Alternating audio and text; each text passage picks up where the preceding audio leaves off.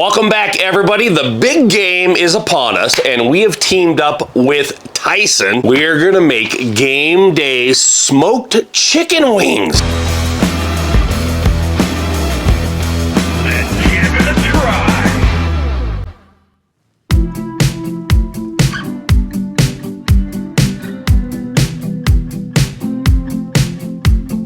Open the chicken wings.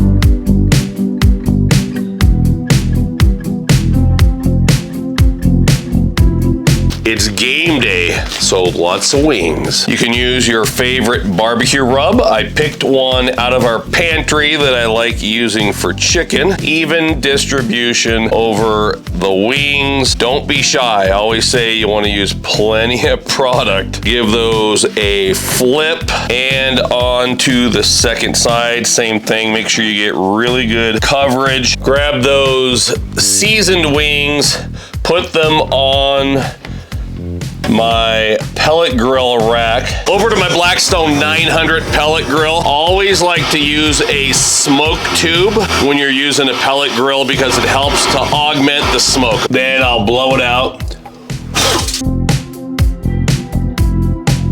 You can see that smoke already coming out the back. Let's go in with our first tray. I'm gonna grab my smoke tube. Be careful, I'm using slip joint pliers. I'll set it up top for now. Grab my second tray. I forgot to use my cooking gloves, so let me go into the house and wash my hands. Into the pellet grill. I'm gonna grab my smoke tube. One more time, I'm gonna put that right in the center. Close the hood, turn the power on. Let's set the temperature nice and low, about 200 degrees. We'll let that temperature climb up to 200 degrees. I like to start at 200 degrees. Give it an hour or two to get a lot of smoke into those chicken wings. Then we'll crank the temperature up and we'll finish them up.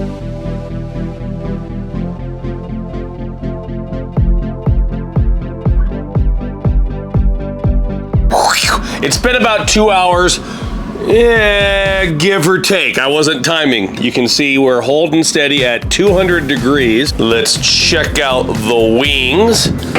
You can see we have really, really good color and smoke. I'm not even gonna check the internal temperature at this point. Chicken, traditionally, chicken breast, etc., whole chicken, 165 degrees is what you're shooting for, but with chicken wings, easily 20 degrees, 25 degrees warmer. When you're doing chicken wings, you don't pull them off early and you don't cook them to 165. We're gonna crank these up to 400 degrees. Let them go. I'll come out here and check over the next 45 minutes to an hour. We'll see where we're at. Been about 30, 35 minutes. Let's check them out. You can probably flip most of these with my fingers in the front. And then I think I could reach in the back with the tongs and flip the rest of them. Now I'm just drying out the skin. I like a wing that's dry to the touch. See if we can get a quick internal temperature just to give you a guideline or so. And that's about perfect. I said you want to go easily 25 or 30 degrees higher than 165, and we're definitely up there in the 180s. I'm gonna turn the temperature back down, maybe 300 or so. We'll watch this really closely.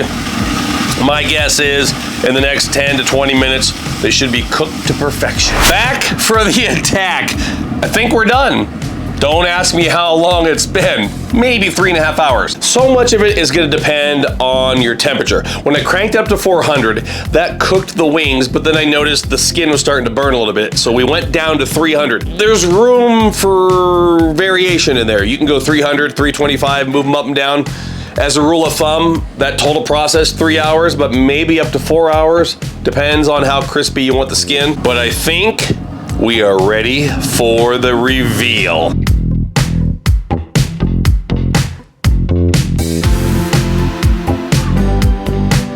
Time to plate them up and take a look at that.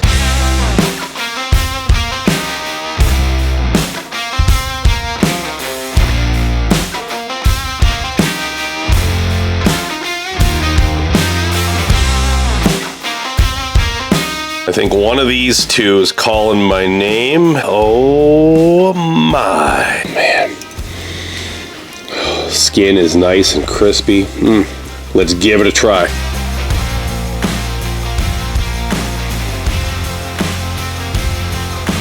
Let's finish that one off real quick. I think we'll grab this one. Have to get some of that homemade ranch.